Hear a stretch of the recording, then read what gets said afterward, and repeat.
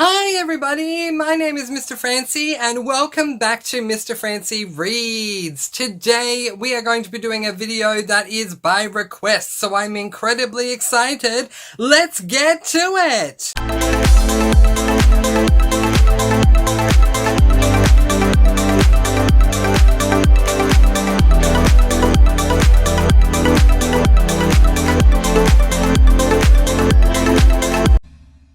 So this is a video that has been requested by KB Reads on my Discord. KB Reads asks, can you do one on genres? I have no idea what contemporary fiction or literary fiction is, but I always see it, and if a book is labelled with one of these, I just don't put it on my TBR because I don't know what the genre means. Thank you very much, KB, for this suggestion. I'm very excited to do this one. Today, I've decided to take it a little bit further than KB has asked, and I am doing this video on genres. This is a list of genres and defining what they are. This is not an extensive list. There is a much bigger list that you can probably find online, but the majority of these are genres that I do refer to on my channel. So I'm very excited to get into it. Let's get right into all of the genres that I speak about on my channel. The first one is adventure. Now, an adventure book revolves around characters that go on epic adventures. I personally see this more as a sub-genre, but sometimes because it really doesn't involve much else other than the adventure itself, it can't really be labelled as anything else. An example of this would have to be Treasure Island by Robert Louis Stevenson. Classic. A classic is a book that has been around for a while and has stood the test of time. Notable classics include 1984, Winnie the Pooh, The Beauty and the Beast, The Phantom of the Opera, The Count of Monte Cristo, the list goes on and on. If it is an old book that stands the test of time, you have a classic on your hands. Contemporary. Contemporary books are books that follow everyday people in everyday situations. Now, depending upon the type of contemporary you receive, contemporaries do have their own subgenre. Some contemporaries are really easy to read, so they literally just follow everyday people doing everyday things, but sometimes contemporary books will include hard-hitting contemporary topics, so therefore they can be a lot harder to digest.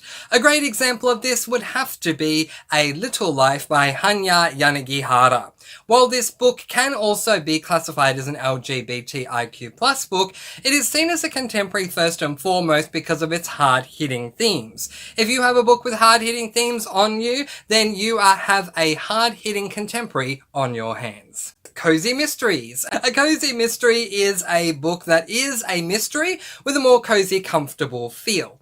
Most of the time, a cozy mystery revolves around an amateur sleuth, someone has died, and our main character, who knows not too much at all about investigating crime, will go ahead and try and figure out who the murderer is and why they committed this murder. However, compared to a standard mystery, horror, thriller, whatever it is, despite the fact that we may get some particularly gruesome murders that occur in the book, you won't see them. Anything that is just too much to no longer be deemed comfortable or cozy in a book is going to occur off screen. Culinary fiction. A culinary fiction is a book that revolves around food and or cooking. If you have a really good culinary fiction on your hands, then the majority of the book is about food and cooking. If you have a so-so culinary fiction on your hands, then it is a book that revolves around food, cooking, and romance. But to me, a culinary fiction needs to predominantly be about food and cooking. Like 3/4 of the book needs to be about food and cooking. A great example of this would be With the Fire on High by Elizabeth Acevedo. Fantasy. A fantasy book involves supernatural and or magical elements. It does contain magic, however, not all the time. As long as it has something that kind of ties to some kind of a supernaturally type feel, magical creatures, then it will still count as a fantasy, but most of the time fantasies will have some sort of a magic system in place, whether it is a soft magic system or a hard magic system, whether it's a high fantasy or a low fantasy. If you want to know more about those topics, then please go over to my booktube terminology video, because I get into a lot more detail about that over there. Graphic novel. Okay, this is just a professional way of wording the term comic book. So it is a book that has a ton of pictures, usually with speech bubbles, and it's not your standard type of book that is mainly writing, because the predominant display of a graphic novel is the imagery, is the pictures that you see. Historical fiction. This is a work of fiction that has been set in the past. This type of genre does have many different subgenres. So you may have a fantasy historical fiction, a contemporary historical fiction, a thriller historical fiction, a paranormal historical fiction. It really just depends on what it is, but overall a historical fiction is a work of fiction that was set in the past. Horror. A horror book is a book that aims to either scare you, freak you out, disgust you, make you want to leave the light on, or convince you you're going to have a nightmare. And if you're lucky, you're going to have all of them. The best horror books, in my personal opinion, are going to cover all of those. They are going to frighten you. They are going to freak you out. You are going to be filled with a ton of anticipation. They're going to disgust you. They are going to make you want to leave the light on, and they're going to convince you you're going to have a nightmare, whether you end up having one or not. That is a horror.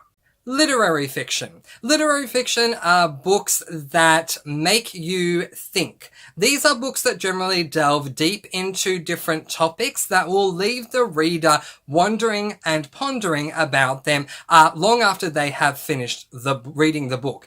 A great example of a literary fiction would have to be The Boy, the Mole, the Fox, and the Horse. While this is an amazing work of fiction, it is an amazing work of fiction that has you thinking about different things that the author has brought up long after you finished reading the book. It really makes you go deep into the introspective side of yourself and has you thinking about different things that you may not have considered before, and sometimes you might be considering these things for quite a while after you have finished that book. So the author goes further to focus on bringing up things that you may not have considered before, versus the author of a standard contemporary that would be writing a book for the sake of selling you a wonderful plot with amazing characters. A literary fiction, while it is fictional, will bring about things that make you think about things that you may not have considered in the past. And they can be, and most of the time they are, extremely heavy hitting.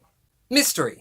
A mystery is a book that follows a character who is trying to solve a crime from the moment the crime has been committed all the way through until the end, when whoever committed the crime is revealed and their reason why is revealed. Paranormal. A paranormal book is likened to a fantasy, but they are two completely different things. While a fantasy book revolves around magical creatures, magical abilities, things to do with magic, paranormal books focus on creatures that we know don't exist, but they are creatures that don't have magical abilities. So, for example, we might go with vampires, ghosts, werewolves, things like that. While a vampire may have the ability to charm someone or to bite someone and turn them into a vampire, it's not strictly seen as a magic system. While a werewolf may have the ability to transform into a werewolf, it's not necessarily seen as a magic system. And the same with a ghost. While a ghost may have the ability to, for example, walk through walls, it's not exactly seen as a magic system. So that is a paranormal. Romance. A romance is a book that is mainly exploring love and relationships. That is going to be practically the be-all, end-all of a romance. It's all about love, relationships, getting together, lovey-dovey, love, love, love, fluffy love. That's a romance. Not every single romance is going to be fluffy, but every romance has to have as its central theme love and relationships. I'm going to read for this next one, sci-fi. Sci-fi books are books that are space and futuristic concepts about science, technology, time travel, and parallel universes, etc. So anything that is Yeah, science, advanced technology. Things that haven't necessarily been invented yet, but that we can plausibly see could potentially come about given time. That is a sci-fi. And finally, we have thrillers. A thriller is a book that is meant to thrill you. They entice suspense, excite, surprise, anticipate, and give you anxiety. Yeah, absolutely. A thriller is, in my opinion, a thriller is a book that is literally meant to do what the genre is stating. It is meant to thrill you. If you are bored reading a thriller, then the author is not doing their job. The publishing company, the editors, they're not doing their job, because a thriller is meant to thrill you. It is meant to have you on the edge of your seat. It is meant to invoke anxiety and racing heart and things like that. If it's not doing that, it's not a thriller. And yeah, I have examples of non-thrillers for sure, but an example of a very well done thriller would be The Woman Outside My Door by Rachel Ryan. Alright, those are the list of genres that I have for you today. If you have any further comments, thoughts, and or questions, please do not hesitate to let me know in the comment section below. Are there any other genres that you wish I had brought up today? If so, let me know what they are in the comments below and let everyone else know what those genres are. Thank you so much, KB, for recommending this video. If you would like to recommend a video for me to do in the future, please do not hesitate to let me know. You can do this by joining me over on the Discord and letting me know in the video recommendations channel.